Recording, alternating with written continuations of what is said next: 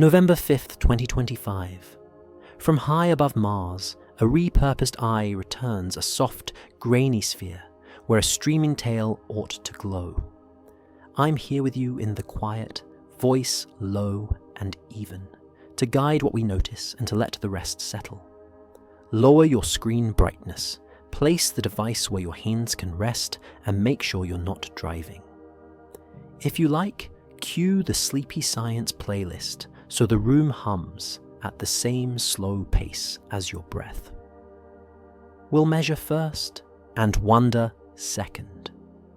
Tonight's visitor has a working name, 3i Atlas, an interstellar traveller that clips through our neighbourhood faster than most things we track. The numbers are gentle anchors, not alarms. Near the Sun, it was moving around 58 kilometers per second, roughly 129,000 miles per hour. Its heart spans only a few miles, Manhattan-wide, and yet it called instruments to attention from millions of miles away. Tianwen-1, long past its prime Mars mapping work, turned and steadied itself to catch the faint glow of a compact coma. No bright tail, no ragged streamer, just a quiet halo. The images look ordinary at first glance, but ordinary does not explain them. Across 12 unhurried chapters, I'll walk with you through what follows.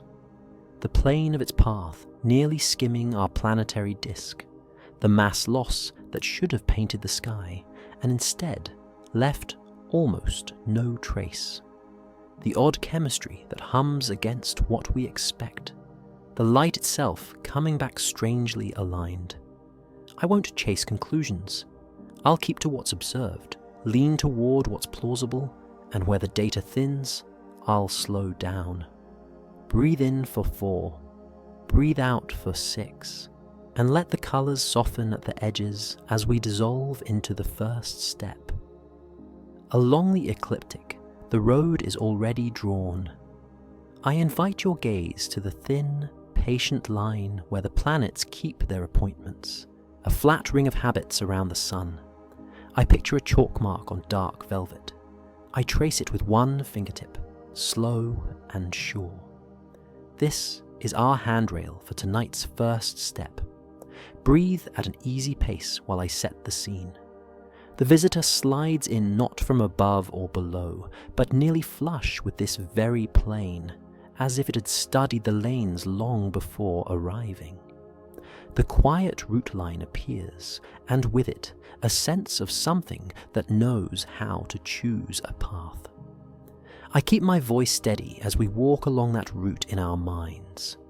In ordinary lessons, interstellar objects show up from any angle at all, like snow blown in a swirl, indifferent to floors or ceilings.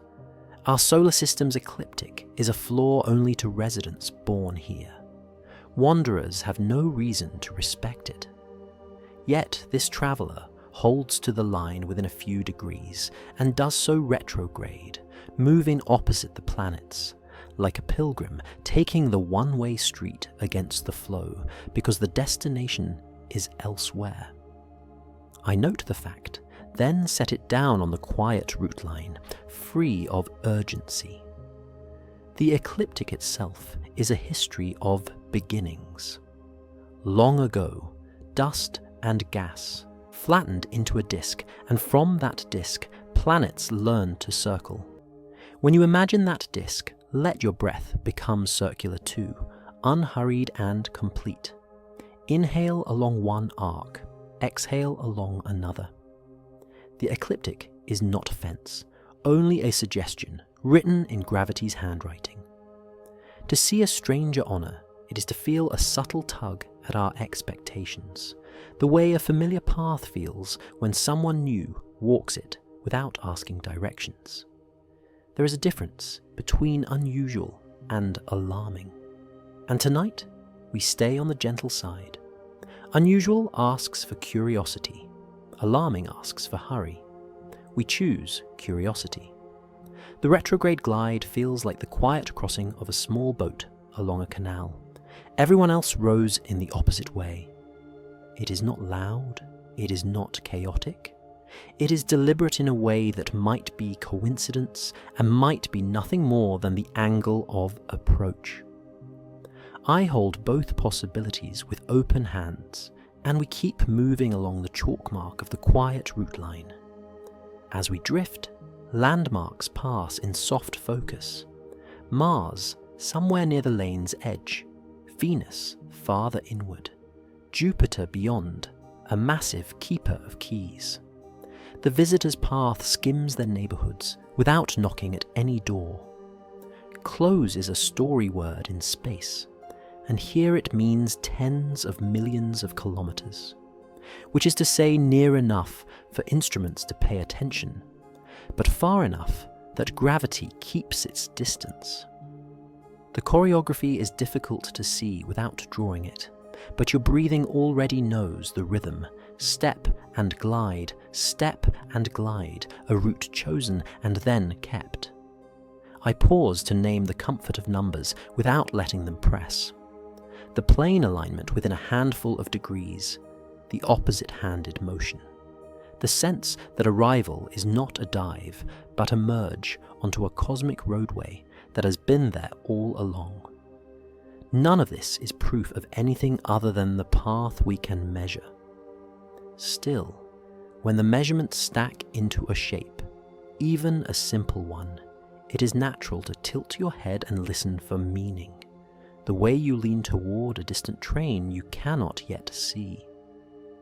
The quiet route line hums, faint but steady. Journey metaphors are easy, so I use them sparingly and with care. Picture mile markers notched in sunlight, the traveller's silhouette against them, each notch a date, each stretch a vector. In that outline, the remarkable thing is not speed or size or sparkle, but obedience to a path carved by others long before. I think of the way roads inherit the lay of rivers and the way ships follow currents older than maps. To align with a road is to reduce friction, to accept a smoother passage, to disappear into a pattern rather than fight it. The visitor may simply be taking the path of least resistance. That thought is a pillow under the head of wonder.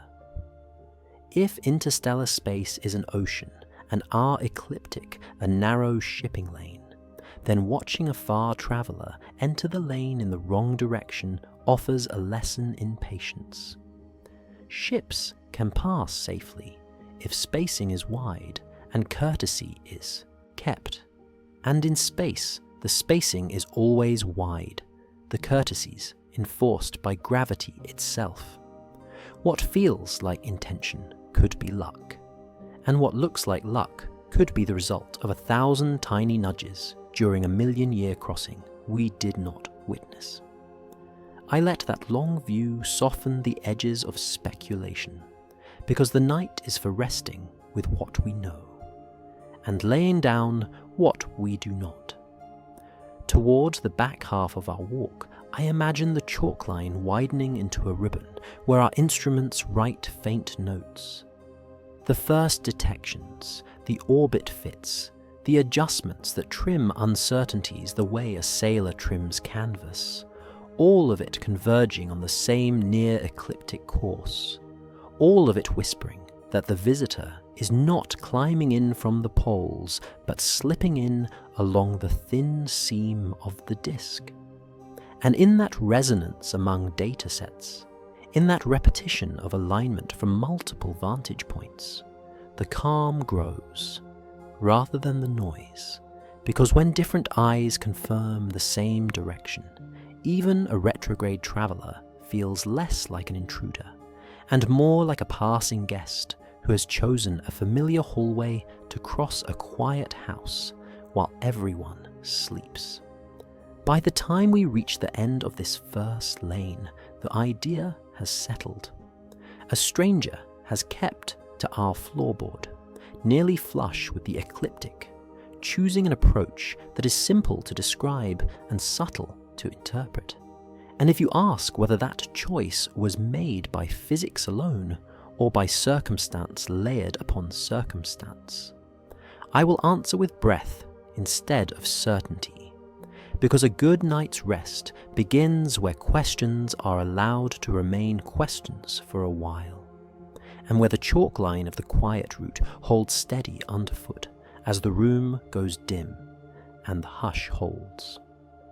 I take the camera's voice for a moment and let it speak in light. I was built to read the brightness of Mars, edges of dunes, boulder shadows, frost lines at dawn. I breathe photons through a narrow throat and lay them gently on a sensor. Today I turn away from the rusted plains and search the darker field. I widen, then narrow, then widen again, hunting a soft halo that slips between stars. A steady hand steadies me, propellant whispers, reaction wheels quiet their spin. The target is small, the target is fast. I am patient with light. Your breathing can follow my exposure. Inhale as I open for longer. Exhale as I close to hold detail. What I find is not a tail stretched thin like a ribbon, not a blade of brightness drawn from sun to dark. I find a blur that holds its shape, a near spherical glow with edges that refuse to sharpen into a streamer. Any tail that exists hides in the grain or in the faintest gradients that my pixels cannot claim. Light leaves clues, and these frames keep only the modest clue of a compact coma. Engineers on the ground adjust my cadence. A comet moving at tens of kilometers per second does not sit politely on a single pixel. It crosses the grid between heartbeats, so we guide the pointing to meet the motion. I imagine the stars as pinholes and the visitor as a soft ember sliding past them. Tracking reduces the smear, then measurements begin. Centroid, flux, and the shape of the light itself. The soft halo repeats over multiple frames, which is a quiet kind of confirmation. Repeatability is comfort. So is the absence of flare or ghost, the small signatures that tell you the light you see belongs to sky, not the instrument. From Mars' orbit, distance becomes a teacher. 18 million miles between eye and subject sounds unfriendly. Yet, it grants a vantage Earth cannot hold at this moment, a geometry where the sun, the object, and the imager make a line that favors contrast around the nucleus. When light travels that far to whisper on my detector, it carries both honesty and loss. Honesty, because scattered sunlight has fewer places to hide from this angle. Loss, because a thin tail, if present, may fall below threshold and vanish into the red noise. I accept both truths without forcing them to argue. We speak often of resolution as if it were a promise, when it is really a negotiation with light. A Mars mapper is honed for bright surfaces and sharp boundaries, the crisp line of a crater rim, the gradations of a dust fan after a storm. Deep space targets ask for a different temperament, long exposures, precise tracking, patience with dimness. Retasking a camera is like asking a violin to hold a very long note. It can, but it asks for steady arms. The result is what you see, black and white frames, where the visitor sits as a woolen glow, no tail, just the soft halo. Other eyes join the vigil. Mars Express glances, Trace Gas Orbiter listens in its own way, and later, ground-based telescopes on Earth capture their versions when the geometry allows. My frames, though, carry the closeness of that day and the particular angle that made the light behave as it did, a modest concentrator of brightness rather than a painter of long strokes across the field. Light can be generous or shy. This night, it is shy, pooling near the core and declining to parade outward. There's a comfort in how numbers hum when the pictures settle. Pixel scales convert to kilometers at the object. Signal to noise ratios rise with stacking. The coma stretches to thousands of kilometers by one estimate, and yet stays compact on my chip, a bright kernel that fades gently into a diffuse edge. If a tail exists, the gradient is too shallow to stand against background and instrument noise. It might be aligned nearly along the line of sight. It might be gas-heavy and dust-poor, scattering inefficiently in the wavelengths I can claim. It might be as brief as a sigh that ended before my watch began. Light leaves possibilities as softly as it leaves clues. I keep thinking about how light behaves when it meets dust, how tiny grains forward scatter to make a tail sparkle, and how gas can glow without drawing a defined stroke. A camera is a listener for this conversation, tuned to certain notes, deaf to others. That is not failure. It is character. My character tonight is to reveal a core and refuse an extension, to show you a compact brightness and ask you to consider what kinds of material or geometry could produce it. The soft halo remains. Nothing in these frames demands alarm. They invite questions. They invite the kind of interpretation that begins with what is present rather than what is missing. Present. A concentrated coma, consistent across frames, centered where the ephemeris says it should be. Present, or star trails, or the absence of them, depending on whether we track the sky or the traveller. Present. A shape that does not lengthen along the expected anti-solar line. Present. A night where light travels cleanly and records without drama.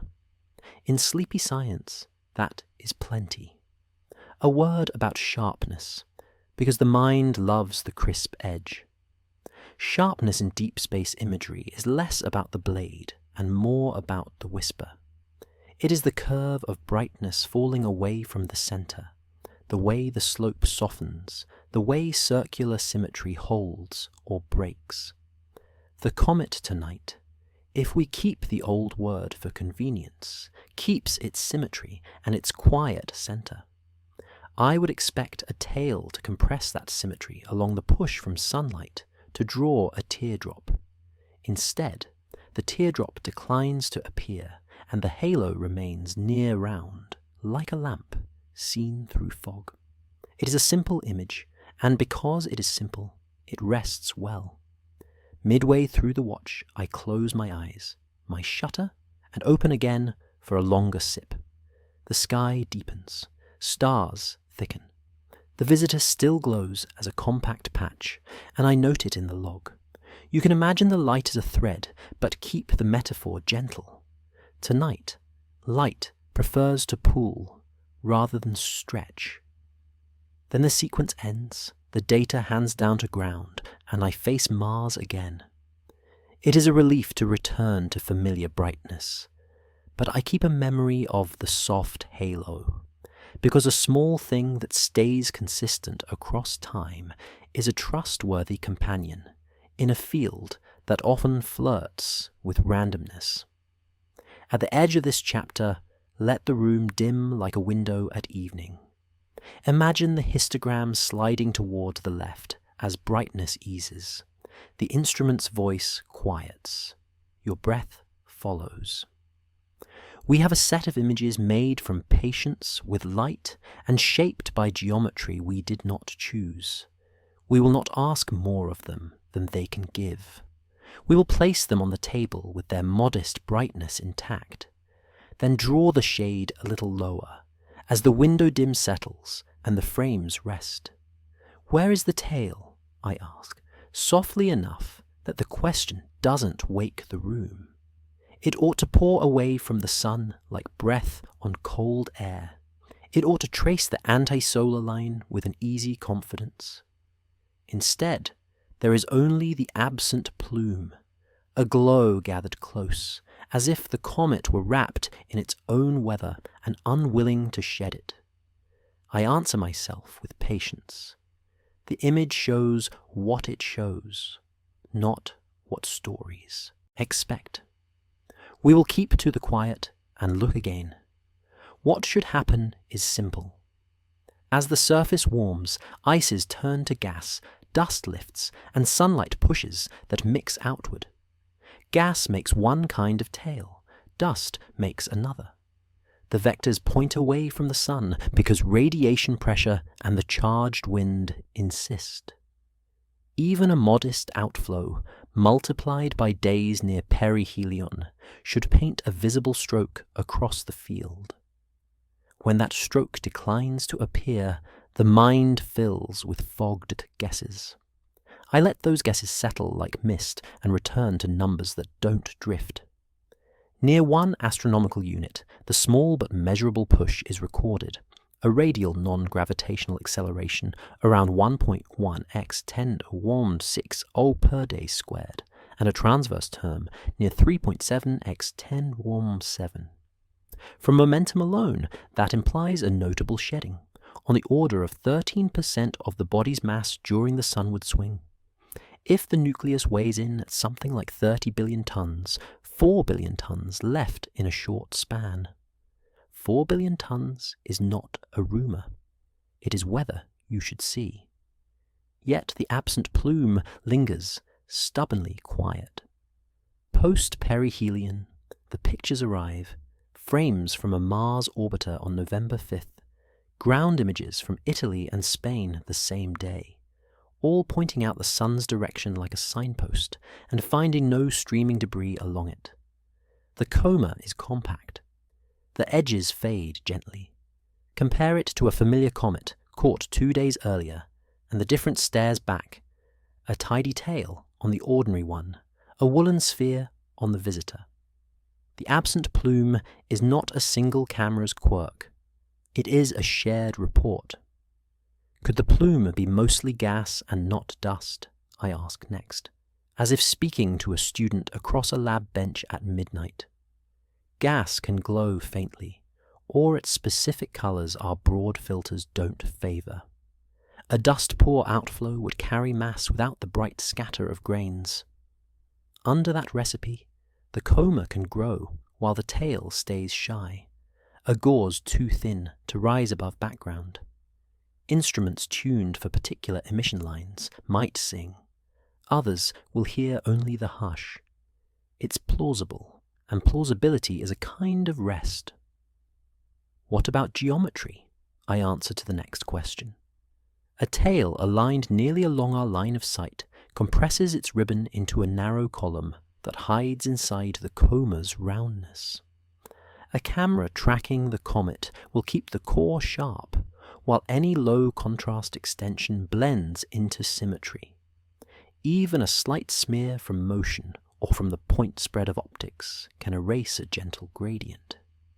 The absent plume could be there in depth rather than length, pressed toward us so neatly that its face becomes our only view. Then grain size, I offer, still in the soft rhythm of questions and replies. If most particles launched were either very small or rather large, brightness can suffer in both directions. Tiny grains are blown outward rapidly and spread to low surface brightness, while hefty grains are dim scatterers and cling nearer to the core. Add a skin of dark organics and you dim them further. Add a transient shock in the solar wind and you disturb an ion tail that our cameras weren't primed to catch. None of this requires miracles. It requires patience with complexity. For a short while, let's set the numbers down and let the room cool. Picture a meadow at dawn where breath would show if you exhaled just once, but no wind moves. Imagine a low veil of mist cupping the hollows, pooling in the grass, and a lamp somewhere within it, the glow rounding itself against the fog rather than cutting a beam. You are not searching, you are noticing. Inhale as if the air itself were a soft cloud. Exhale on a longer count, so the cloud thins but does not part. Somewhere out there, a small body moves through a light of its own making. the absent plume no longer a lack, only a shape of quiet. Back to the math without hurry. If billions of tons departed, where is the sign? It may be here in dilute form, a veil stretched so wide that each square arcsecond owns too little brightness to claim. It may be tangled in wavelengths our exposures did not emphasize. It may be hiding in forward scatter, strongest at angles we haven't had the geometry to enjoy.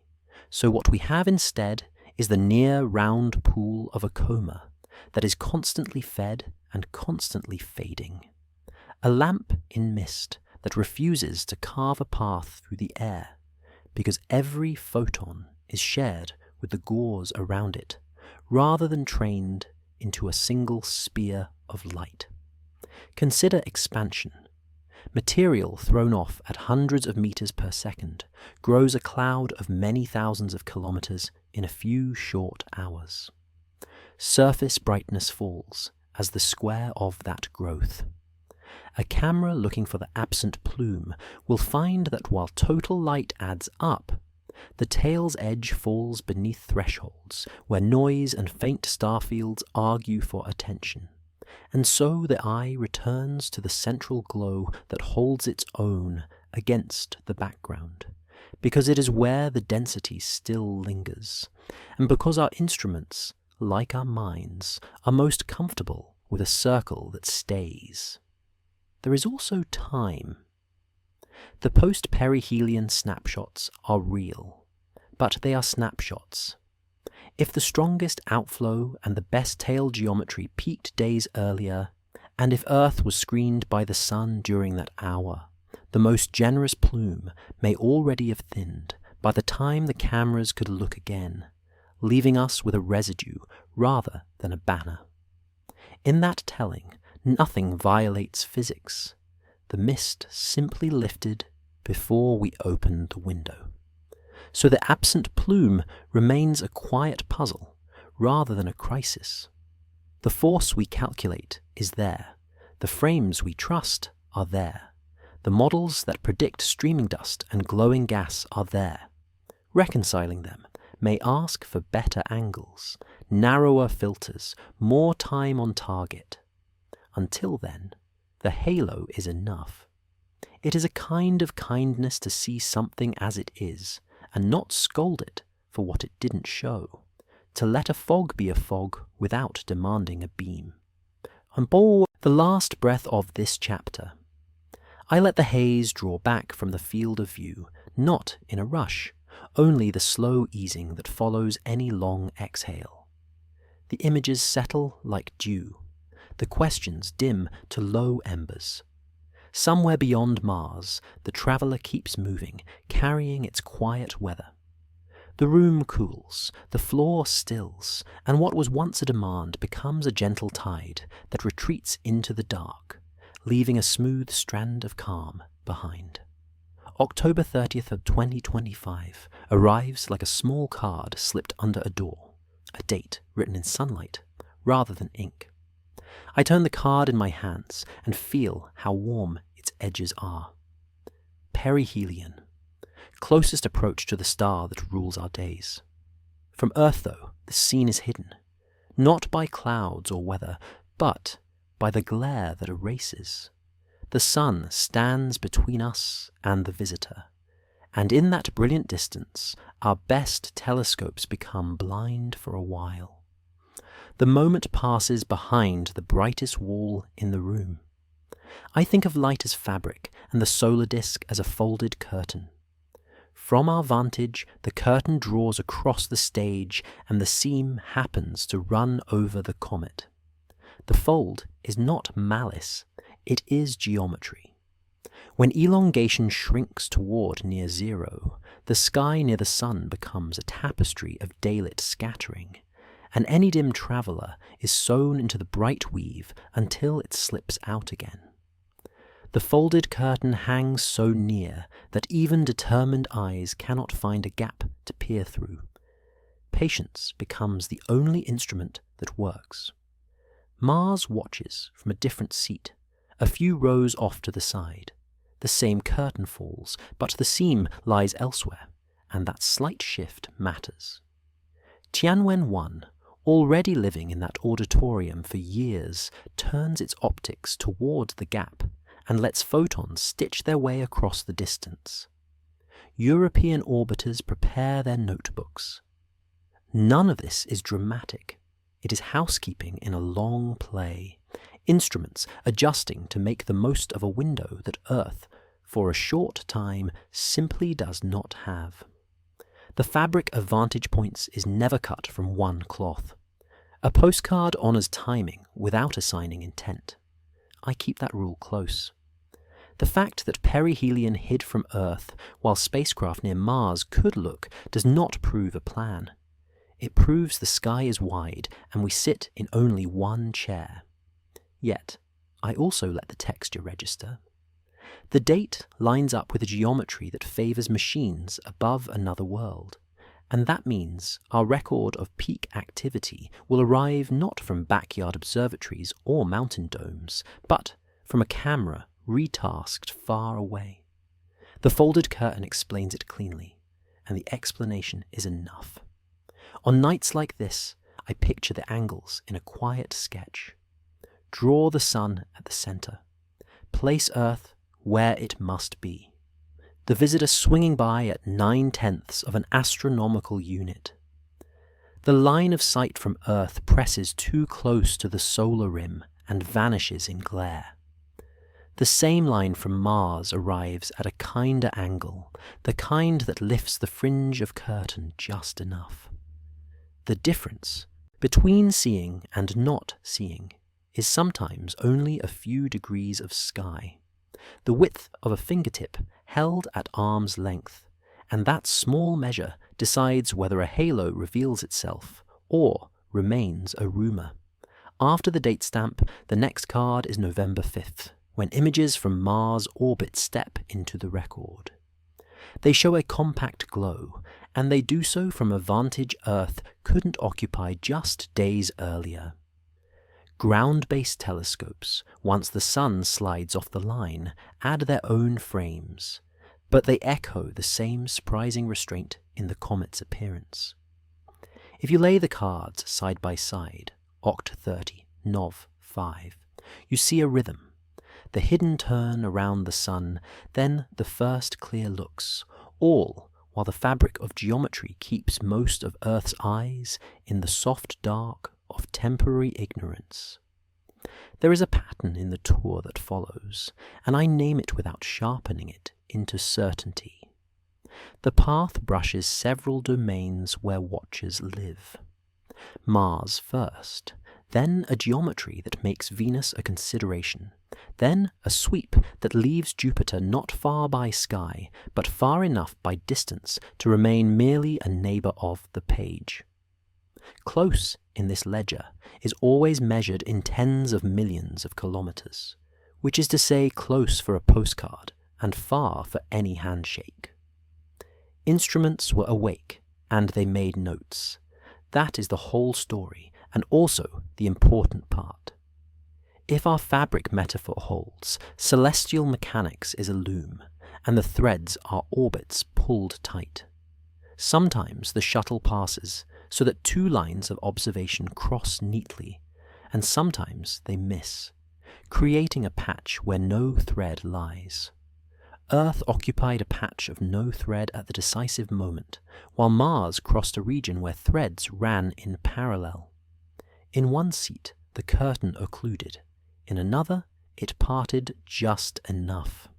And, because we are a species that reads patterns even in plain cloth, it is natural to wonder whether this was coincidence or choreography, even as we keep our tone even and our terms modest. The temptation to add agency to timing is older than astronomy. A wanderer arrives when we can see, and our minds praise fortune. It disappears when we cannot, and our minds knit intent.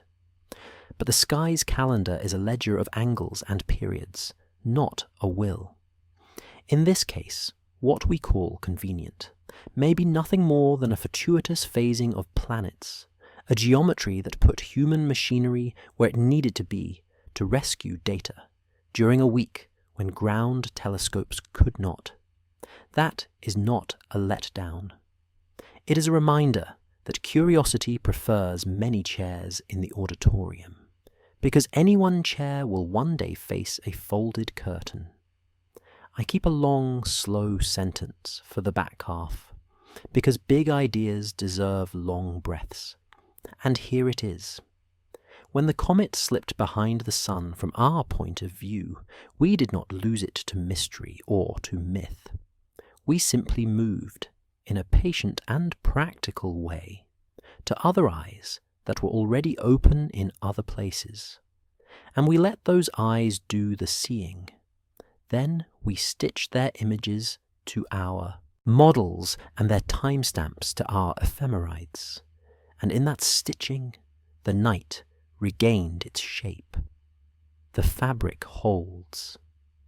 In the days that followed, the folded curtain lifted for earth-bound watchers, and the same modest coma greeted them, as if to say that nothing dramatic had been tucked into the unseen hours, only the steady continuation of an object, doing what it does under heat and light. I find that steadiness easing. A postcard sent from behind a curtain is still a postcard. It arrives a little late, but it arrives enough. Light told us where the traveller had been, and how it appeared to be, and we wrote that down without hurry. Let's set the card back on the table and lower the lamp. The edges of the date fade first, then the centre warms and dims in the same breath.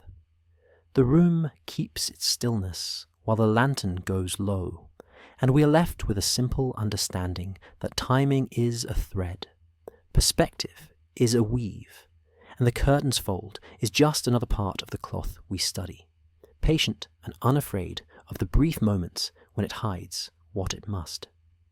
Close your eyes and listen with me. Space is quiet, yet not silent. Instruments translate charged particles into a soft hiss, photons into a muted chime, guidance thrusters into a low drum you feel more than hear. In that hush, the traveller adds an unexpected note, a brief tone pressed against the wind. Reports arrive from July and August, independent ears describing the same sound in light, a jet that points sunward, as if a whisper were moving into a fan and not away from it. I hold the finding gently, because findings rest better when they're not forced to sing too loud. Under ordinary music, dust and gas erupt from sunlit fissures, then the ensemble pulls them anti-solar.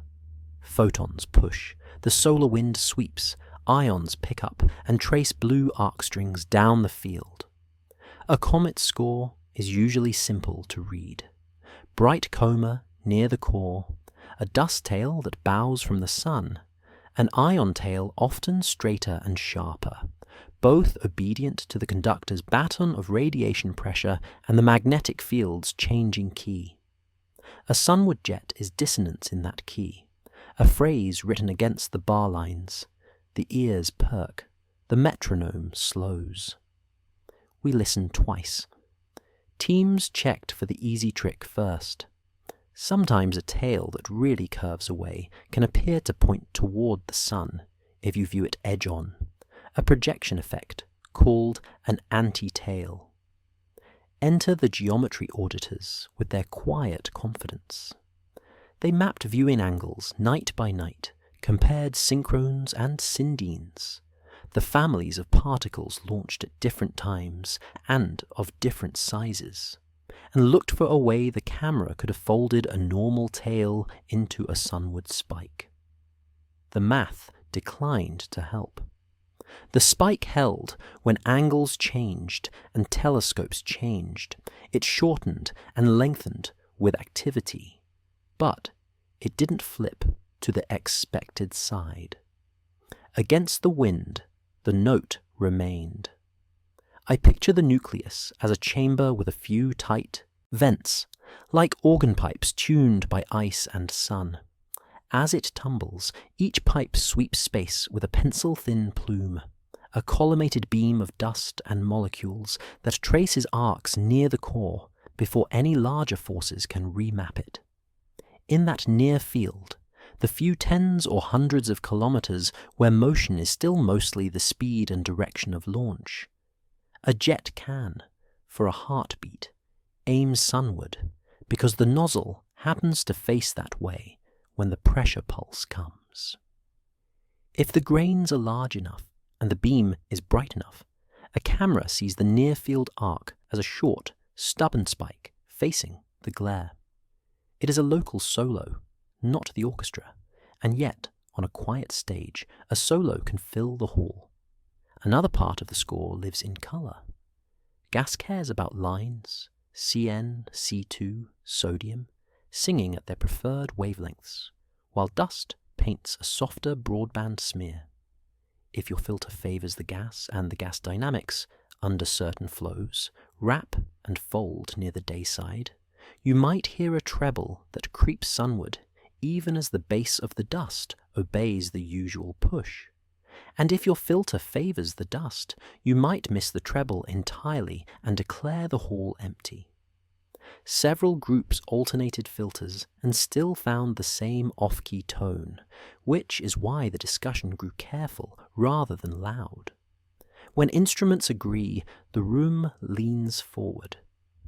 There is also the possibility of very large grains, pebble-sized members of the choir, that launch with a shove, hardly feel radiation pressure for a while, and coast along the vector they were given even if that vector points into daylight. Big grains don't shine much, they murmur.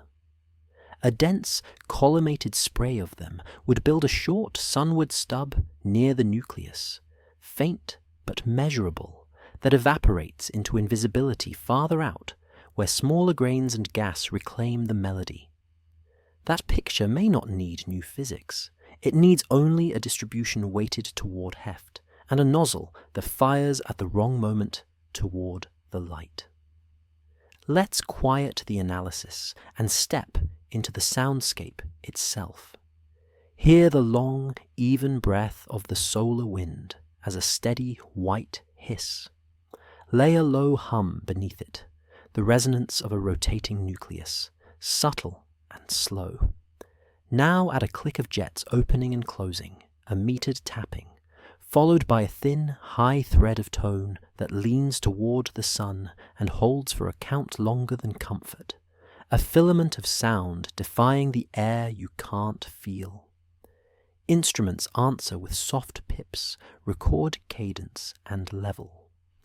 Ground domes answer with damped footsteps and the gentle whir of tracking drives. In the distance, the control room's ventilators purr.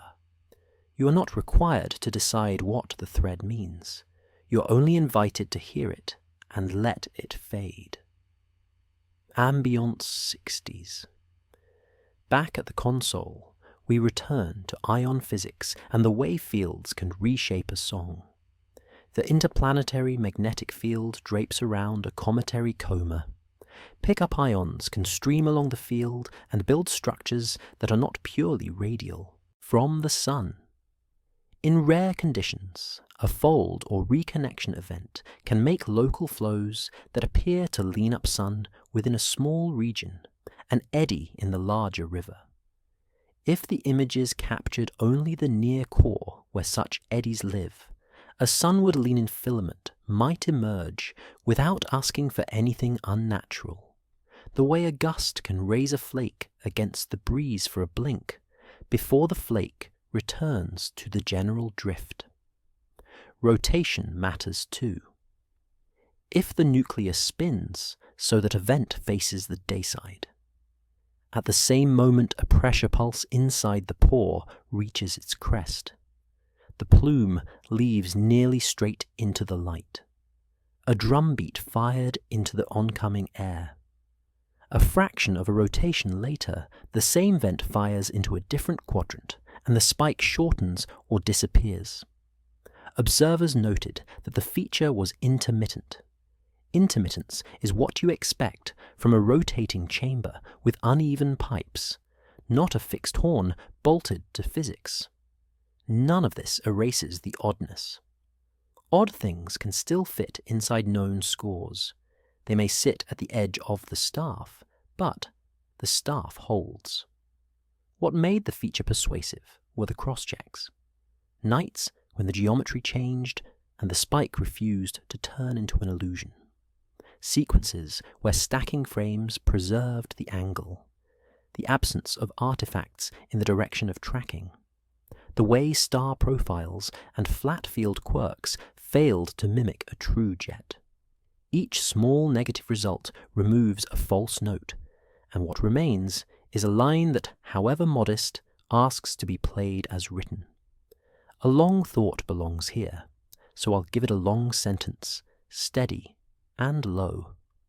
Even if the sunward spike were only the near-field glow of a rotating collimated outflow heavy in large grains, or tuned to a gas line that wraps oddly in the draped field, even if it lasted only minutes on some nights and hours on others. The care with which multiple instruments chased the geometry, rejected the easy illusions, and logged the cadence gives us something better than surprise. It gives us a measured dissonance, a charted exception, the kind that expands a score without tearing it. We can sleep on that.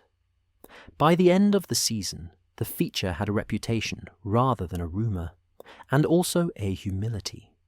It did not tower across degrees of sky. It did not blaze with kilometre-long certainty. It simply appeared when conditions aligned and then withdrew, like a tone you can summon only at a particular bow pressure and angle. We do not need to decide whether it points to anything beyond the physics we keep. We only need to honour what was heard and keep a place in the ledger for structures that press lightly against the wind and make their case by staying just long enough to be recorded. Let the charts go dim for the night. The event marker lights fade to embers. The spectrum display idles at a soft glow. The tracking rates tick in quiet numerals. In your room, the hums and hisses settle to a single, steady line, like the carrier tone of a distant station holding the frequency while the program sleeps. Telemetry calms, consoles rest. The chapter ends, not with a flourish, but with a thin green pulse that says the link is good. We're still listening, and for now, the room can go to telemetry idle. I begin close, as if kneeling beside a road marker in the half-light of morning. The traveller's core is small enough to imagine in the palm of a hand held up against the sky. 5 to 6 kilometres from edge to edge, a city-width stone on a very long road. I picture its surface as patched and rutted, tireless lanes where heat lifts grains and gases that barely register against the dark. I measure, then breathe. The long mile starts here, not in legend, but in kilometres you could count if you had a patient thumb and a lifetime. From this close-up, speed is a number that hums. 58 kilometres per second relative to the sun, 129,000 miles per hour, turns distance into a ribbon that pulls itself tight. I let the figure sit without alarm because it's a speed that space can carry easily, and because our lane is wide enough to keep such traffic safe. What matters first is that we can time the passing well enough to track, and that the blur can be steadied into something we can describe. In that steadiness, the long mile becomes the quiet mile. Now I widen a few steps. We have met interstellar visitors before, but they were smaller, or slower, or both. One we named for a scout and watched it tumble, thin and odd. Another arrived bearing the comfort of more familiar comet, yet still not quite like our homegrown kind. This traveller is larger by orders that matter, and fast enough that our schedules must stay alert. 1,000,000 times the mass of that first visitor is a way to say not the same, and not the same is an honest start. We do not dress the difference in drama. We set it in the ledger. On the broader map, size and speed are travellers with different temperaments. Big bodies tend to be rare. Fast bodies tend to be rarer still. The road that delivers both at once is a road we don't expect to see busy. And yet here is one more set of headlights in the dark. I keep to the middle lane of interpretation. Outliers exist, and small number statistics play tricks. Detection favours objects bright enough to notice and trajectories that cross our routes. What feels improbable in a single glance may be natural in a gallery of thousands we have not yet gathered. I draw a lane diagram in my mind and let you ride along.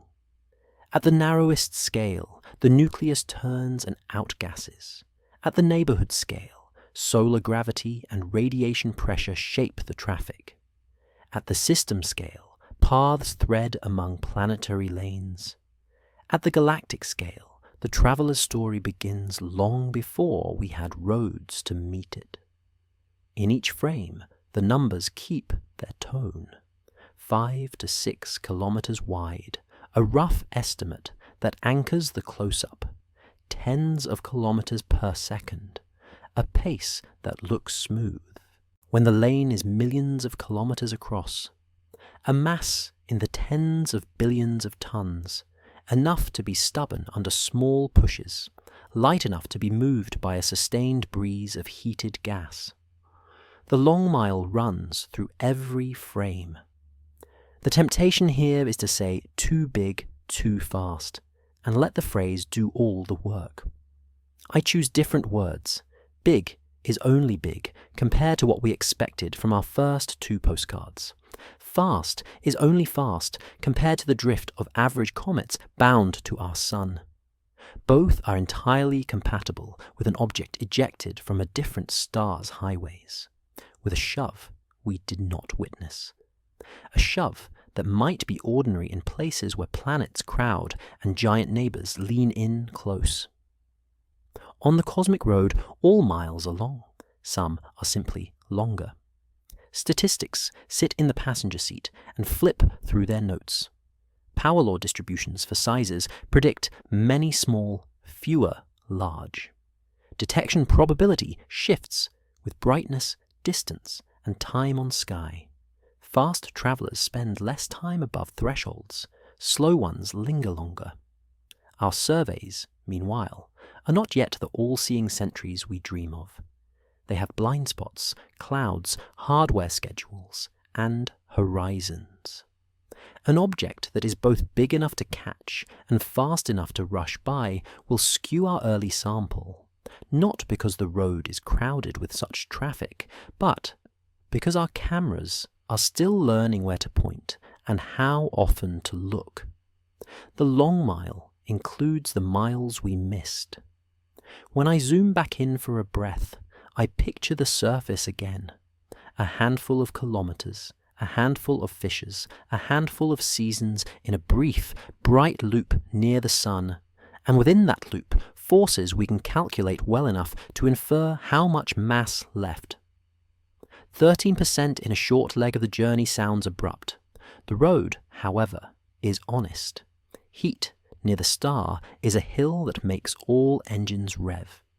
If 4 billion tons departed into the lane and the vehicle keeps its pace, then whatever remains is still substantial, still on course, still making the turn with dignity rather than drama. Widening once more, I consider how such an object starts down the interstellar highway. A tight dance with a giant planet in its home system can slingshot a body outward with extra speed. A slow cook at the edge of a disk can leave a nucleus more rock than ice. A final nudge from a passing star can lift it free. None of that needs flourish. None of it asks for a storyteller's hand. only the patient work of gravity and time and collisions we will never see. The traveller then takes the long mile between stars, the quiet lanes that stretch for centuries across black. A long sentence belongs to the far view, so I offer it now, level and slow. When you step back from the bright numbers and the crisp comparisons, and you let the roadmap of orbits fill your field, the appearance of a body that is several kilometers wide and moving at nearly 60 kilometers per second through the inner system becomes not a puzzle, to be solved with one stroke, but a waypoint to be logged carefully, an outlier that trains our eyes, a lesson in how early samples can look deceptive, and a reminder that the highway between stars is old, crowded at scales we cannot yet measure, and patient enough to deliver one unusual traveller after another, without the need to explain itself out loud. What I keep as we drift down this corridor is modest. The scale of the core, the pace of the pass, the comparison to our first guests, and the perspective that returns when you widen the frame. Curiosity walks beside caution at this speed. The long mile keeps their steps even. We are learning to hold both truths, that a thing can be surprising and still be ordinary on a larger road, that a number can be large and still be a natural mile marker, that a pace can look like a sprint only because our watch started 8 short years ago. I turn down the lights in the corridor and listen for echoes.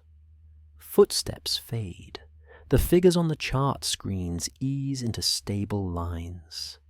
There is nothing to fix, nothing to chase, only a traveller who is big enough to notice, fast enough to test our timing, and steady enough to leave us in a corridor hush as it goes by.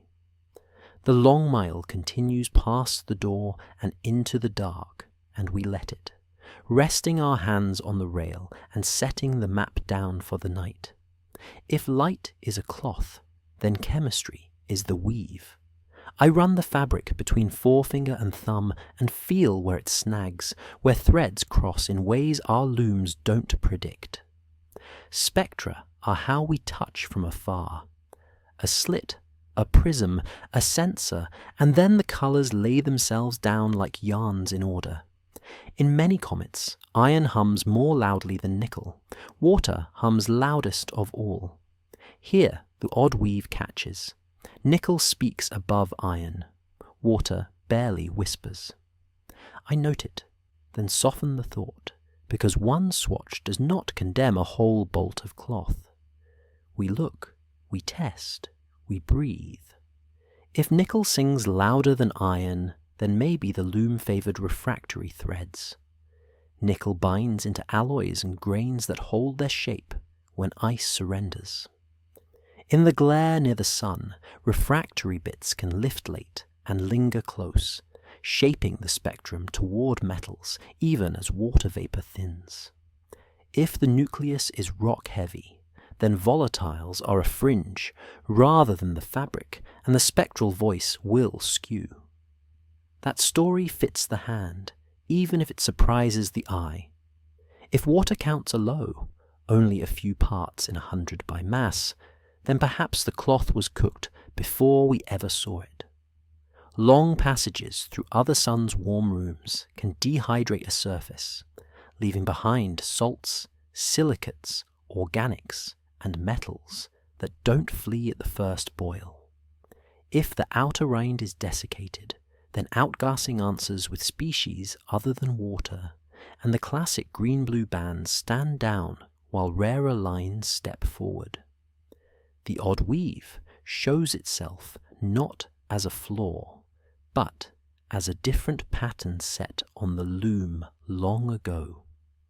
If iron seems shy while nickel stands tall, then grain chemistry and sublimation temperatures may set the shuttle's path. Certain compounds release atoms at different heats, Some coat dust in ways that mute one line and free another. If vent temperatures and microtextures fall into a narrow window, then nickel-bearing phases can dominate the light for a while. The match is not perfect, but threads rarely lie in perfect grids in a natural cloth. They wander and bunch, and our instruments register those bunchings as peaks and dips. The first instinct is to label it alien. I resist that tug and return to the loom. If this traveller formed around a star with a different metallicity, more nickel available when its dust bedded down, then our baseline is wrong for this cloth. If its parent system braided temperature and pressure profiles unlike our own early disk, then the warp and weft of minerals at comet scale may not echo our standards. A single spectrum becomes a needlepoint stitched by other hands, still lawful, simply other. The water puzzle invites its own gentle conditions. If the core is laced with pockets of trapped volatiles beneath a crusty rind, then outgassing can arrive in spurts that favour certain species at certain hours.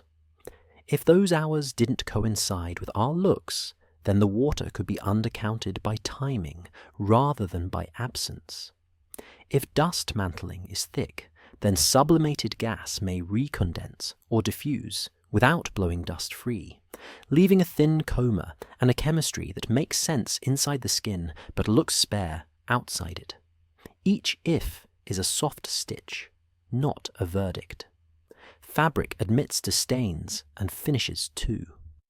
If the grains carry dark organics, tarry coats from radiation processing in deep space, then reflectance and emission tilt, and some lines drown under the dye. If sodium leaches to the surface under heating, then sodium's bright, narrow voice can overpower a chorus that would otherwise sound more like the comets we know. If carbon monoxide or carbon dioxide shoulder more of the lifting than water ice, then the outflow will not taste the way we expect, even if the physics is the same. I keep a long breath for the back half because the thought stretches. If we accept that spectra are snapshots, made through slits under passing clouds and through instruments that favour some wavelengths over others, then any single night's measurement of nickel to iron, of water to dust, of this line to that band, is a slice through a living, rotating, sunlit object whose vents open and close, whose grains are not uniform, whose temperature field shifts by hundreds of degrees across a turn. And once we soften our grip enough to hold that whole moving textile in view, we can see how a handful of readings could show an odd weave without requiring a new loom at all, only patience with a complex cloth. If, however, the pattern holds across nights and teams and instruments, then the weave itself may indeed be different. Then we would be looking at an object born from feedstock richer in nickel and poorer in water, an object whose parent disk set refractory minerals into the warp and left ice as weft, a cloth that resists heat in its own way. If that is the case, it is not a scandal. It is a sample label from another workshop. It says, "These were our materials. These were our conditions. This is how our thread looks under your light."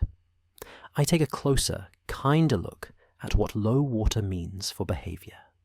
If water is scarce, then gas drag on dust is weaker, and fewer grains escape in slow drifts that build fat, bright tails. If heavier species dominate, then the coma can stay compact and the tail shy, because bigger molecules radiate differently and carry momentum and pulses that don't scatter sunlight as a million fine mirrors would. If that sounds like an explanation for what we saw, that is because it might be, and because fabrics speak in more than one language when they move. If we keep the cloth metaphor, then polarization is the sheen of a finished piece, and colour is the dye. Those chapters are still ahead, but even here, chemistry foreshadows them. If grain size distributions skew to extremes because of how this object's minerals fracture, then the sheen and the dye will both stray from our catalogues. The odd weave will gleam at unfamiliar angles. The dye will cool toward blue or warm toward red in ways that make us check our swatches twice. It is all of a piece. The threads do not argue with one another. We only need to read them in the right light. At the table's edge, I fold the fabric gently. If everything strange about this traveller's chemistry can be housed in provenance and processing, then we sleep easily. If some corner of the pattern keeps catching our nails, no matter how we smooth it, then we mark the snag and return with better needles. That is the work. That is enough. The console lights dim to their minimal glow. The instruments purr into background, and the odd weave rests, its story cued for later runs while the room slides into console sleep. Here are the handrails we can hold. Light returns not only in brightness, but in orientation. Polarization tells us how the electric field swings as photons scatter from dust. Most comets show a familiar curve, a small negative branch at low phase angles, then a flip to positive values that climb with angle. Our traveller bends that curve deeper than the catalogue prefers and keeps it tilted longer than models like. I call it the tilted beam and set it on the table beside the other measured strangenesses. We breathe and let the beam stay tilted a while. Polarimetry looks delicate, but it is wonderfully stubborn. You pass incoming light through a rotating analyzer, measure intensities at specific angles, and the math returns a vector that can't be faked by hope. Sky flats, instrumental offsets, field stars for calibration. Each step removes a place for wishful thinking to hide. Across the season, multiple teams watch the percent polarization dip more negative than their comet templates predicted, then rise to positive values later than expected. Filters changed, and the pattern persisted. The tilted beam, consistent if not theatrical, refused to lie down. At small phase angles, many comets display a shallow negative polarization, a sign that backscattered light is confined by the microshadows and interference inside fluffy grains. Our visitor's dip went deeper. The magnitude grew more negative, and the inversion angle drifted outward, as though the grains, or the way they clump, or the chemistry that coats them, kept suppressing the usual turn to positive for an extra margin of sunlight. It is not a banner you would spot in casual stargazing. It is the kind of trace that appears only after a long night of careful subtraction, and then appears again the next night, and the next. Wavelength matters here. If polarization changes with color, that points toward grain sizes and textures, because small particles play differently with blue and red light. Some groups saw a blue-leaning slope on certain nights, more negative in the blue, less negative in the red, a hint that submicron members were steering the dance. Others reported a flatter profile that still refused the catalogue's comfort. Together, they say, whatever the exact palette, the tilt remains. The beam is not a trick of one filter or one setup. It is how the light is choosing to come back. What could push the curve that way? Start with aggregates. Dust rarely flies as perfect spheres. It clumps into porous, lacy clusters. Ballistic aggregates is the term of art. That can deepen the negative branch if their monomers sit in the right size range and if the structure is open enough to favor coherent backscattering. Add a skin of complex organics and you change surface refractive indices, muting or boosting polarization at chosen angles, like a photographer's polarizer left a click off true. Swap in fragments with sharp edges, and microfacets produce microshadows that linger at low phase, pressing the curve downward before the flip. Composition joins the list. Nickel-bearing grains with distinct optical constants could skew polarization versus wavelength, especially if iron is not leading the orchestra. If the coma is dust-poor and gas-heavy, and if resonance fluorescence from certain molecules creeps into broadband filters, it can dilute or color the polarization signal without erasing it. Careful observers move to narrow-band dust, continue to dodge those lines, and yet, even there, the tilt runs strong. Light keeps telling the same story. The beam is tilted, and the cloth of dust is not woven, quite like the samples we keep on our shelves. Geometry can nudge the outcome.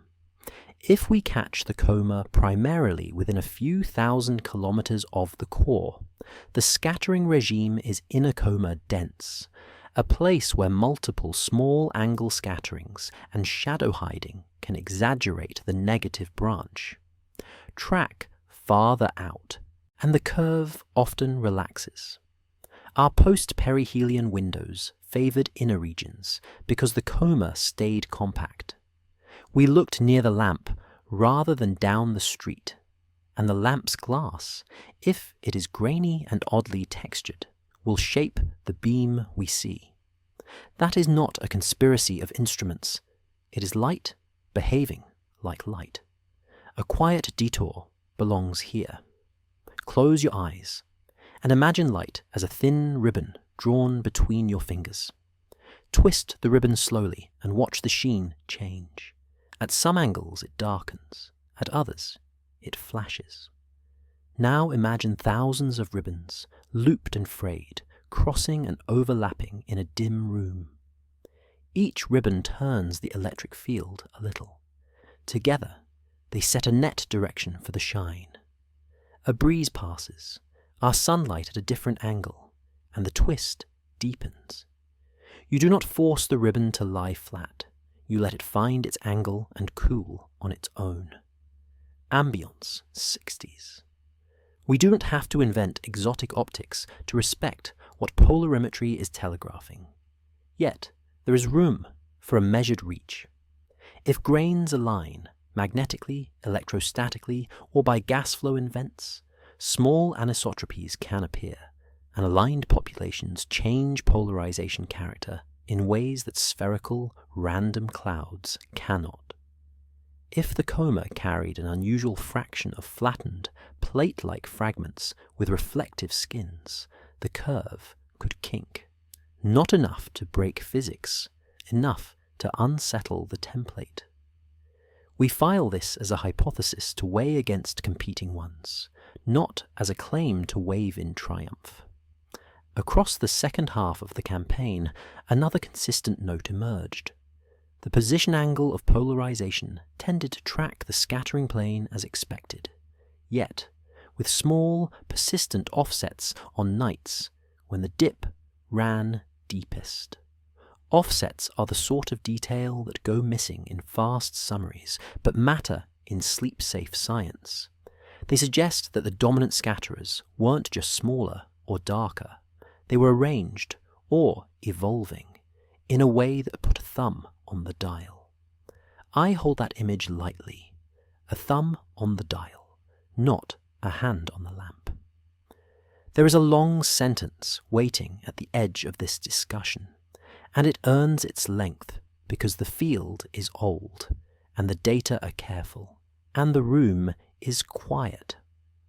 When observers from different latitudes, using different instruments and calibrations, Step through their flats and standards and compute the Stokes parameters by different routes, and nonetheless arrive at phase curves that share the same deeper than usual negative branch, the same delayed inversion, and the same muted color relief. The most restful posture is to accept that the comet's dust is genuinely different in texture or composition, or both, and then to explore which familiar levers, aggregate porosity, monomer size, coatings, alignment, could plausibly set the tilted beam where we found it, without borrowing explanations that ask for entirely new lamps. We can keep the light modest and the inference modest, and still be honest. When the nights wound down, the teams stitched their curves together. The composite shows a clear story, a polarized night that did not imitate the solar system norm and did not collapse under scrutiny. It sits comfortably beside the other measurements you and I have met. Mass loss without bragging tales, metal lines that speak out of turn, water that whispers, each a different instrument in an ensemble whose theme is difference. The tilted beam in that orchestra is not a solo that steals the evening. It is a steady oboe line that refuses to play the easy melody and thereby makes the harmony more interesting. I stand by the rail a moment longer and watch the plots fade on the wall. The scatter points settle into a narrow glowing spine, then dim. The phase angle ticks lower. The display slips into standby, blue on black. Outside the window, the sky sharpens a star or two, then softens again. It feels like a deck at night, the ship steady, the wake straight. We make a small turn, and the starboard lights ease, and in that starboard fade, the tilted beam finally rests, not corrected, not denied, simply allowed to be the light that came back to us from a dust we are still learning to read. Color has a temperature you can hear if you listen long enough. Photometry calls it an index. I call it a cool note. Near perihelion, the note rose faster than the sheet music for comets would predict, a crisp climb in brightness that felt like sliding a fader up in one smooth gesture. The charts showed it as magnitudes per day. Your ear might hear it as a tone turning up from murmur to presence without stutter or strain. And in that ascent, the spectrum leaned blue, not garishly, but distinctly, cooler than the sun's familiar gold. So the surge arrived with a color thread that tugged gently at our expectations and hummed as it pulled. We keep the volume low and let the cool note play. Light curves are patient teachers.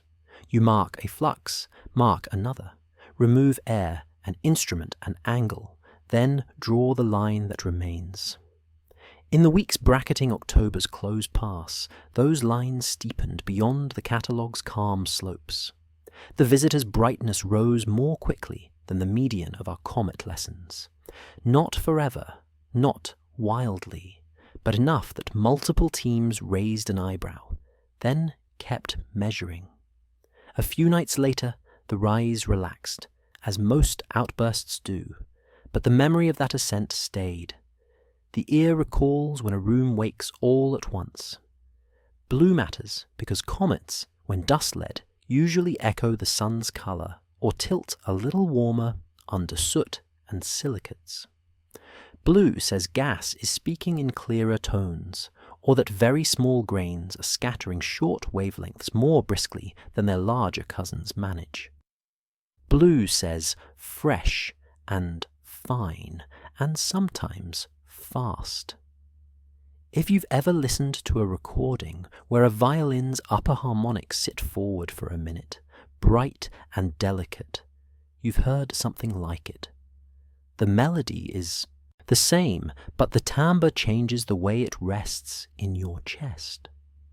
Some observers favoured narrow filters and found Cien's violet voice more insistent than usual during the climb, a singer who steps closer to the mic while the band surges.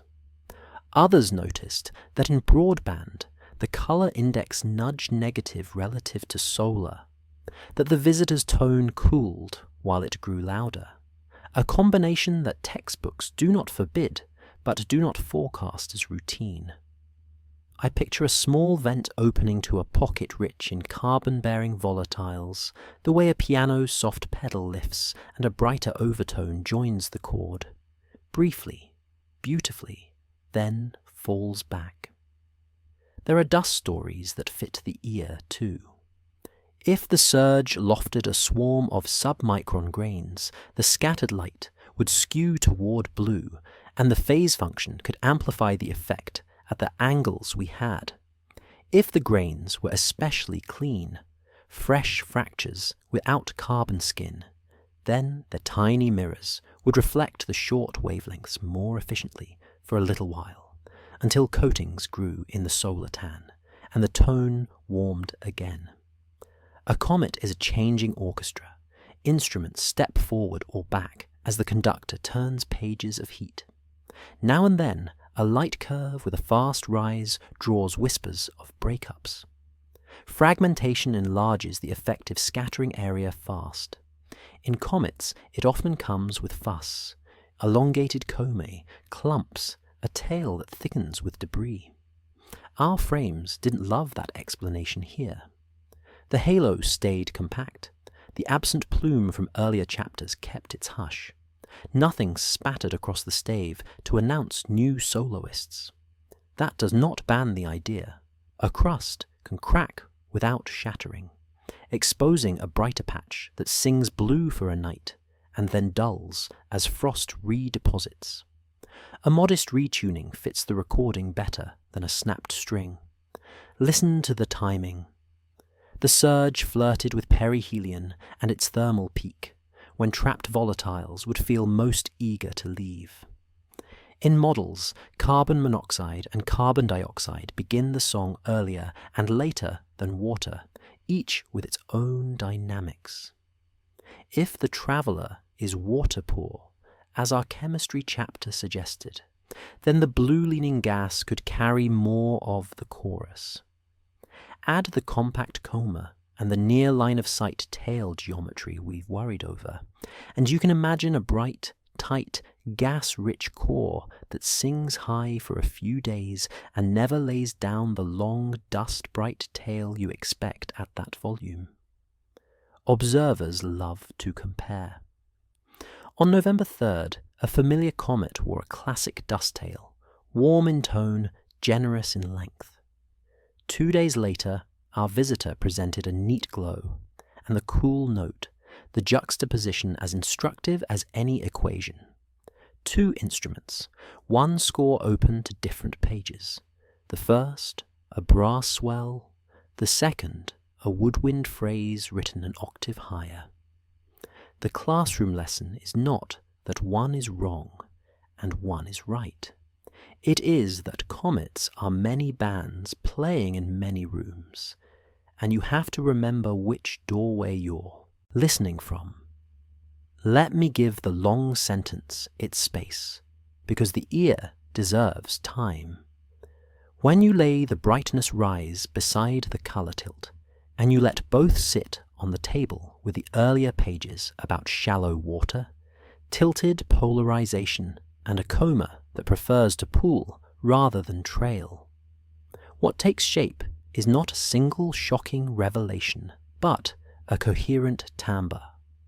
The sound of a gas-forward, fine-grain, refractory-friendly outgassing episode that can reasonably steepen the light curve while cooling the colour, especially if the geometry keeps most of the noise near the nucleus where gas lines and tiny mirrors dominate. And if that sounds like a mouthful, it is only because real instruments, whether made of wood or ice and rock, love to layer voices rather than speak alone. The cool note sits on top, then eases back. There were small surprises in the cadence too. On a couple of nights, the blue push lagged the brightness peak by hours, as if heat needed to pry through a few more millimeters of range before the high harmonics joined the chord. On others, colour and brightness rose together, then parted, then crossed again. Neither misbehaviour nor magic, just the kind of microweather a rotating, venting body writes when you watch it with enough attention. The metronome keeps time, but each beat carries a slightly different overtone. Skeptics asked the right questions. Could calibration errors fabricate a blue swing? Teams checked standards, swapped filters, and traded data. Could auroral-like emissions in the solar wind paint unusual hues? Plasma lines exist, but in this case, the spectra said the simpler singers, CN, C2, perhaps a little CO tail, did most of the work. Could the object's fast motion bias photometry? Tracking rates and aperture choices were documented. The fast night still pointed toward real changes, not software ghosts. Good music survives a different room. I hold one more image in the ear, a dim hall before a concert, the audience whispering, the stage lights low. An oboe gives the A, and for a few seconds the room becomes that note, cool and pure, not because the oboe is the most important instrument, but because at that moment it is the one in the clear. Our visitor's blue surge was an oboe's A. It told the rest of the ensemble where to settle. Then it faded into the mix. When the piece moved on, the memory of that pitch remained, setting every later harmony in a slightly different relief. The charts now live in reports more than in headlines.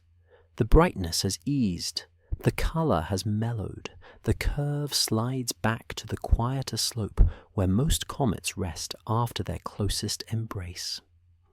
I tilt the last plot toward a figurative window and watch the axis labels pale, the line receding toward the axis, as if distant sky were filling the room. The horizon catches a trace of cool at its edge, a delicate blue that lingers where day meets night, and the note dissolves. And in that horizon blue, the chapter closes its case, not as proof, but as a tone you can still hear if you let the room go quiet enough. I like to think of ephemerides as sea charts. You spread them on a quiet table, weight the corners with small stones, and let your finger trace the plotted wake of a traveller crossing from one horizon to another. The wake through our system looks tidy. Near the ecliptic, retrograde, a lane already learned, and as we walk the deck together at a slow pace, the ports of call come into view. Mars first by sky, then a geometry that brushes Venus, and later a sweep that passes Jupiter at a respectful distance. Not a parade, not a rendezvous, a passage through waters where our lighthouses happen to be lit. From the rail, close is a word that must be measured carefully. For sailors of the dark, close is tens of millions of kilometers, near enough for instruments to watch with purpose, far enough for tides to stay polite. In September, the track swung near Mars, and stations there, European orbiters, a Chinese explorer long past its primary maps, were awake to the faint glow. Earth, meanwhile, waited behind glare as perihelion approached on October 30th, the sun's bright wheel standing between us and the ship we wished to see. When the wheel rolled on, the deck lights came up for us again, and on November 5th, the first crisp frames arrived from Mars orbit, while ground domes added their quieter echoes. A sailor's superstition would call that a convenient tour. I let the thought breathe and keep my chart open. Celestial mechanics is not a captain with a taste for theatrics. It is the tide and wind written in numbers. A path that keeps to the system's broad shipping lane will always pass near the lanes of planets, because that is where the planets live. If the timing puts spacecraft on station, it is because our lighthouses now ring the harbour in many directions. We have built a necklace of watchposts that, once in a while, flash in sequence when a vessel crosses their arcs. On a calm night, you can read the wakes more slowly. The track near Mars gave us geometry. No Earth telescope could claim, while our seat was behind the glare. The later brushings by Venus and Jupiter sat in the ledger as angles more than encounters, sky proximate rather than the kind that bend a course. The plotted wake did not kink into a hard turn. It did not drift into a collision lane. It kept a steady heading while the beacons wrote down what they could. This is what you hope from a passage. Clear water, measured notes, and no alarms. In stories, we are fond of routes that look curated. A ship appears where observers wait, disappears where the biggest crowd sits, reappears just as another pier lifts its lantern. The human ear is good at this music. It finds rhythm, names it design, and hums along. On the deck with a chart, the tune softens. Planetary phasing chooses which beacons can see, and orbits are patient clockwork. The order of sightings can look deliberate, because we stand where we stand, not because the helm is watching us. I let that humility tuck itself under the chart's edge like a spare compass. The wake itself is narrow. There's elegance in that. A deep space traveller that honours a plane passes the planets like buoys, not piers, and the distances remain stately even when headlines use the word near. If gravity had caught the hull, you'd see it in the track. A deflection elbow where the line bends. A new heading, announced by mathematics alone. The line did not elbow. The pencil stayed true. The port calls were postcards more than moorings. Meanwhile, the watchstanders did their work. Mars orbiters retuned for a few nights. Ground telescopes waited out the curtain and then recorded the compact halo in their turn. The cadence felt like lighthouses speaking to one another down a coast, a flash inland from a high bluff, then a smaller flash from a pier farther south, then a harbour light in the distance, answering with a steady pulse. Not conspiring, only doing their jobs as a vessel's mast lamp passes. There is a long thought I keep for the middle of the ocean, and I'll float it here in a single, unbroken line that moves as slowly as the ship. When a plotted wake happens to cross the guard arcs of several watchposts, while missing the single vantage point we prize most during one bright hour, and when each watchpost that could see reported something steady and modest, rather than theatrical. A compact glow, a clean track, a coma content to remain near round. Then the simplest reading is that we were lucky with our beacons and unlucky with our chair, and that luck in both directions is a natural part of sailing a coast thick with lights, rather than a sign that a hidden pilot has waved at every tower. The sea will do as it does. On deck at night, the horizon can trick the eye. Two lights line up and look like one. A distant lantern seems to track with you when it's fixed to shore. Geometry is a quiet magician. So I remind myself, softly, that a path through regions where watchers happen to live is not in itself an argument for anything beyond the path. We built the watchers. We placed them where fuel and orbit allowed. A vessel crossing the common lane will be noticed from some of those chairs, and that is the point of building them. So the plotted wake is more than a rumour. Let's let the ship move without commentary for a minute. Imagine the bow wave whispering against a calm hull, the faint hiss like sand poured steadily from a low height. Hear a buoy bell far to starboard, then nothing but the ribbon of water parting and knitting behind us. Stars pool in the lee of the mast. The wake draws a long, quiet stitch across a dark cloth. Your breath can follow. Short in, long out, as if you were blowing a feather along the rail to keep it just above the deck. No decisions, no urgency, only motion and the small sounds of a vessel passing cleanly through its reach of sea. When the minute lifts, the chart is still where we left it, the pencil line unchanged. We can mark the times, the Mars-adjacent window before the conjunction, the Earth-blocked day of perihelion, the resumed views as geometry improved. We can note that the track's brushes by Venus and Jupiter were courteous distances, more like horizon greetings than meetings at a quay. We can be grateful that our watchposts were lit when they were, that their keepers kept notes, and that the entries were free of panic. A final image before we dog the hatch, a hand on a softly varnished latch, the click small and satisfying after a last check of the night sky.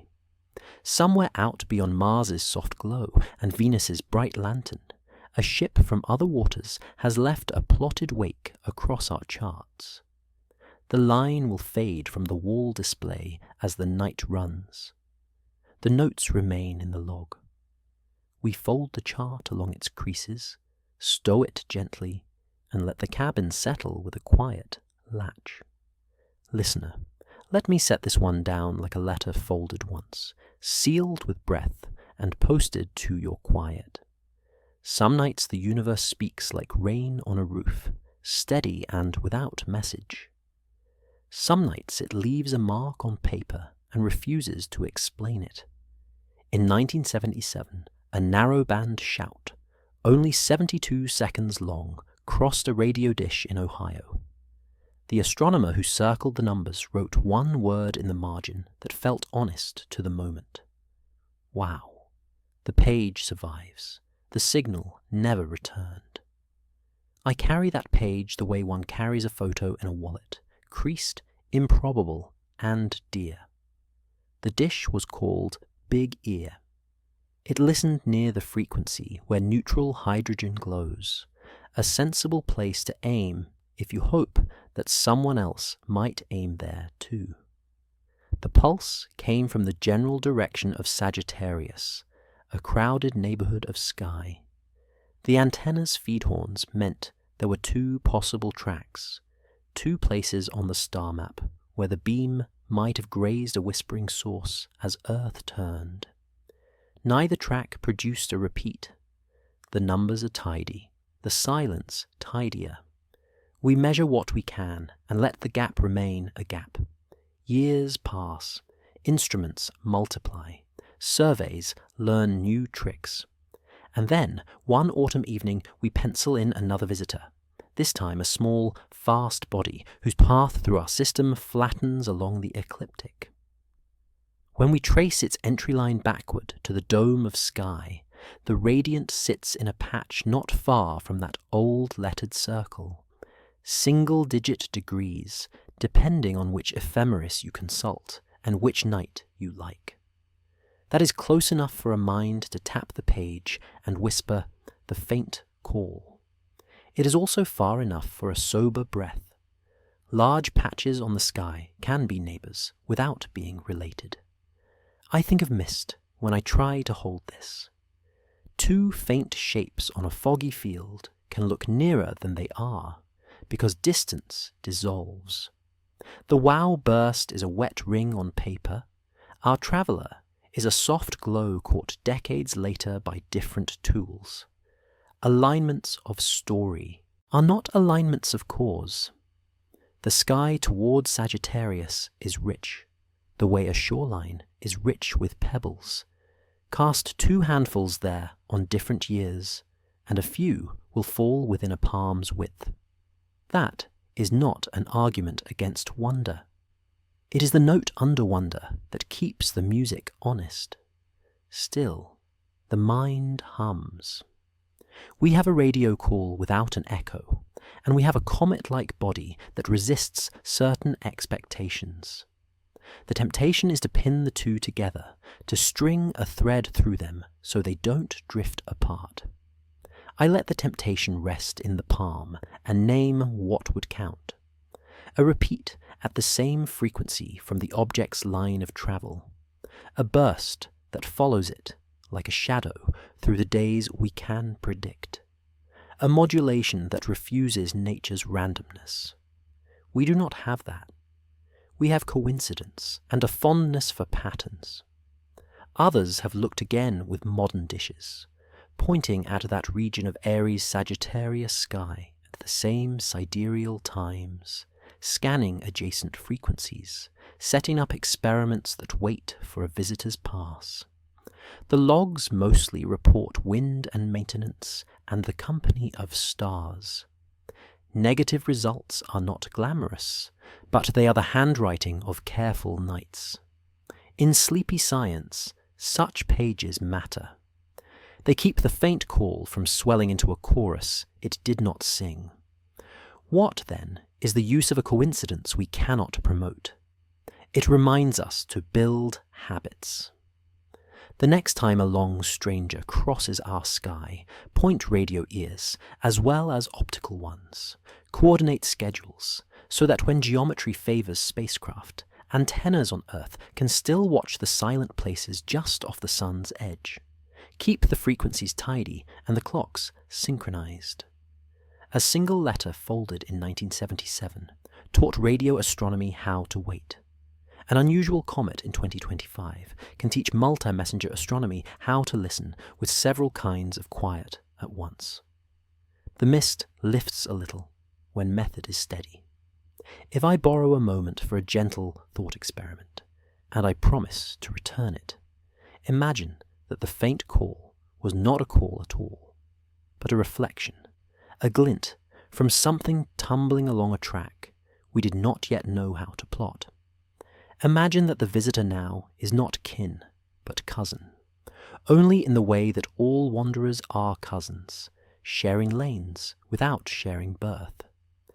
Then the alignment becomes a lesson in scale rather than a hint of design.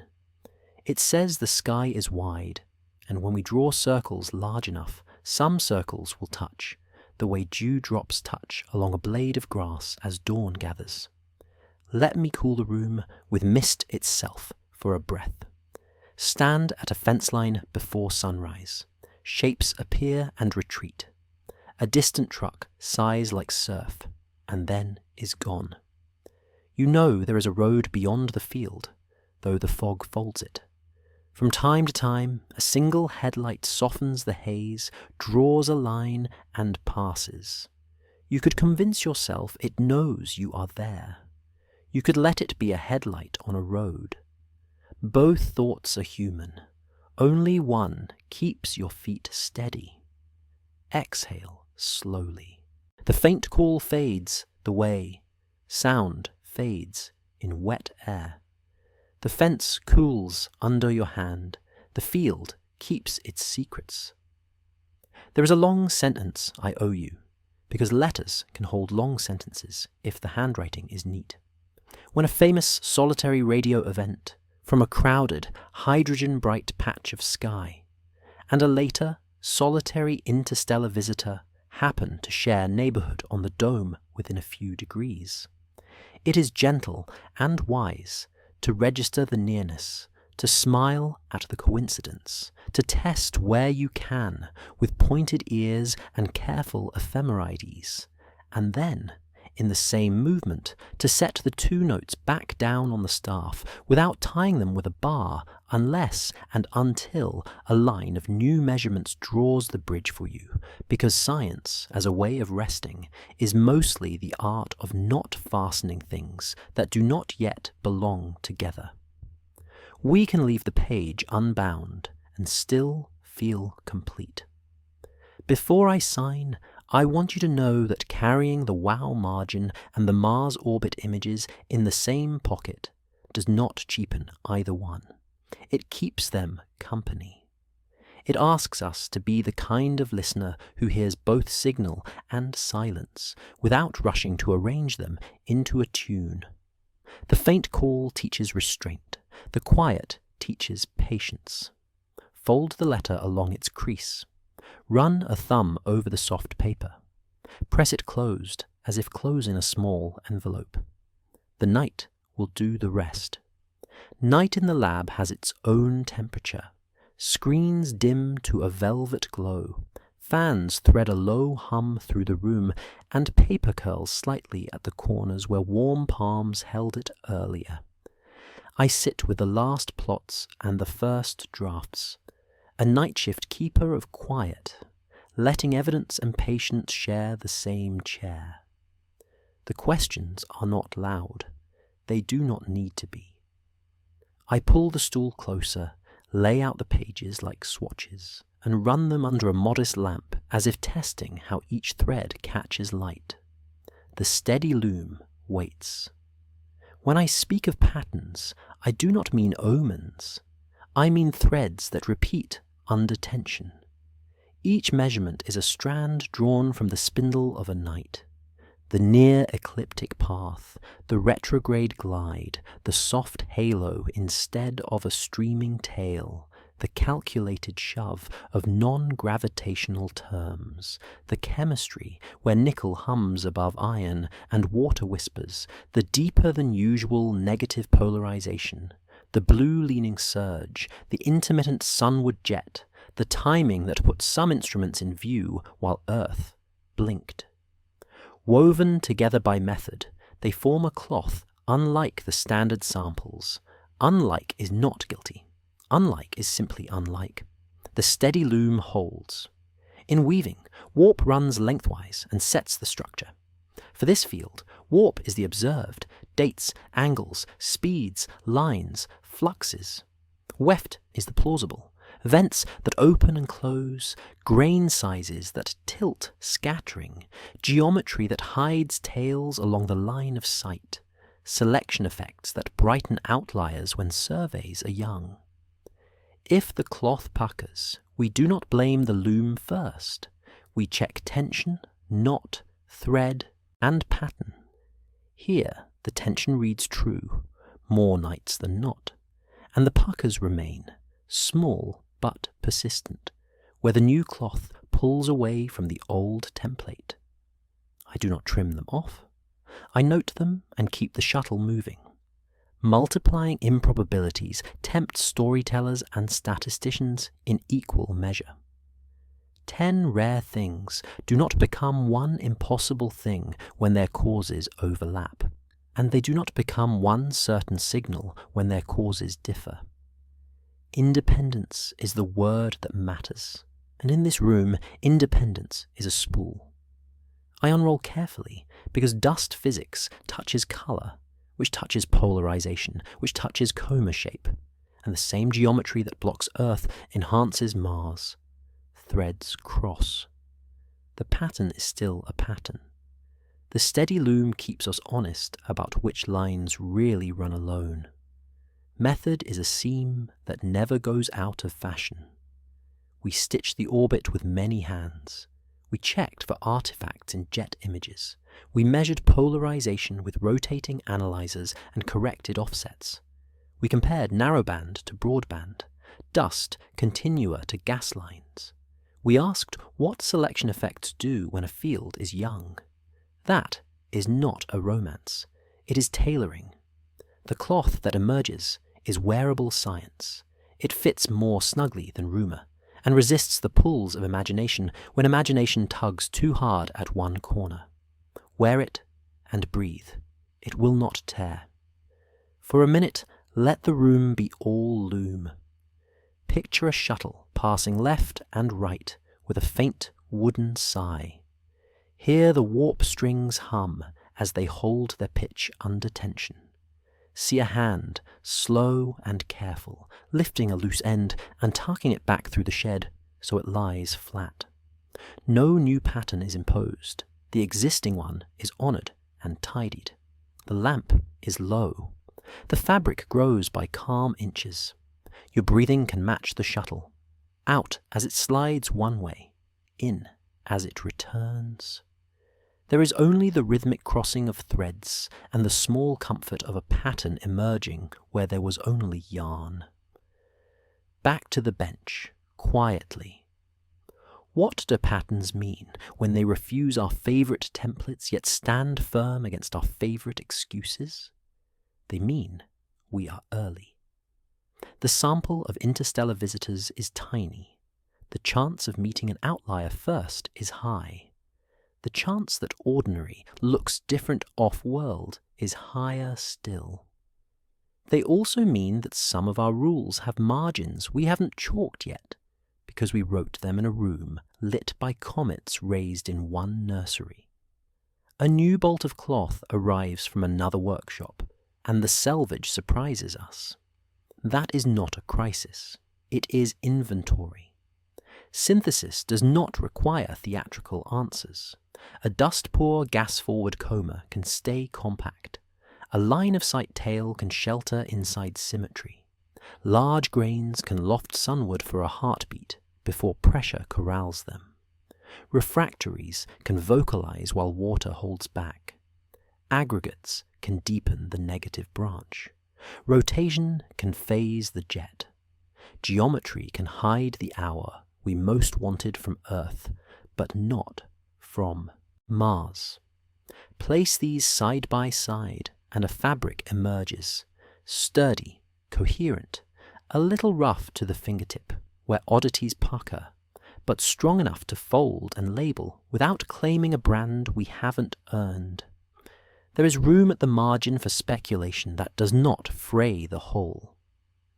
If an engineered origin were ever to be on the table, it would need seams that do not appear in this cloth. Repeatable modulations at radio or laser frequencies that track the body. Dynamical maneuvers out of reach of gas physics. Signatures that persist when geometry changes and instruments trade hands.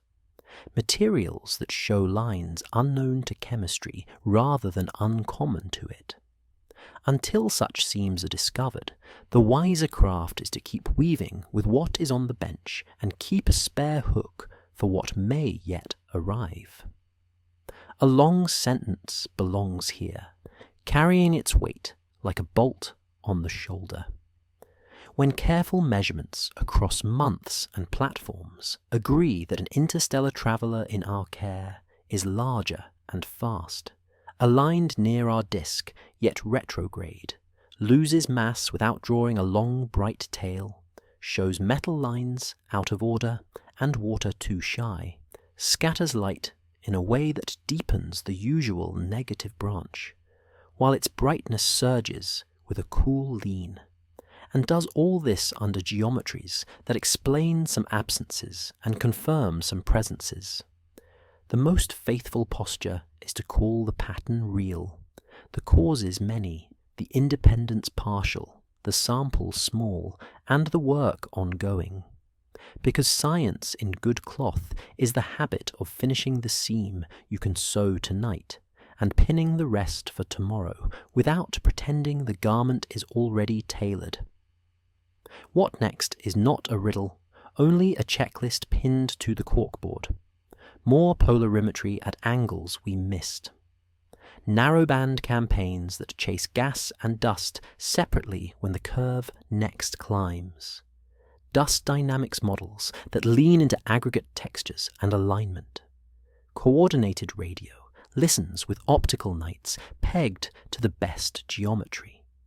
A patient comparison across future visitors so we can tell which puckers repeat and which were this cloth alone. The loom does not mind repetition, it calls it practice. Before we dim the workstation, I smooth the swatches one last time. The odd weave of chemistry, the tilted sheen of polarization, the compact face of the coma, the quirk of a jet that sometimes leans toward light, the blue thread in the surge, the clean track along the disk in the wrong direction, the soft luck of beacons that saw what Earth couldn't on the hour that mattered most. All of it part of one roll, remarkable because it exists at all in our hands. We were here to touch it. We wrote down how it felt. I shut the notebook gently. The room narrows to a small circle of glow on the desk. Somewhere, very far from this lab's walls, a traveller crosses an outer seam of our system and slips its hem back into interstellar dark. We leave a tiny flame near the door, a pilot light that keeps the line warm until the next. Spool arrives. The loom rests. The cloth cools. The night holds. Thank you for staying with me in this quiet room. We kept to what instruments touched and let the rest soften at the edges. We watched a visitor hold close to our ecliptic, retrograde along a line that read like a pre-drawn road. We marked a nucleus a few miles wide and a pace near 58 kilometers per second, quick and steady.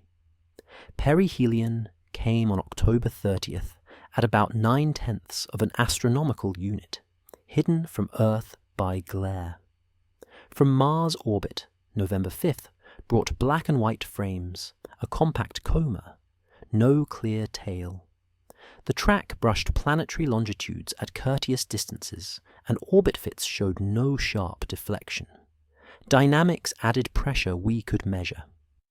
Non-gravitational terms pushed outward near 1 astronomical unit, implying substantial mass loss, on the order of 1/10 of the body, without the bright streamer textbooks would predict. Imaging and timing held that contrast without hurry. Spectra added texture.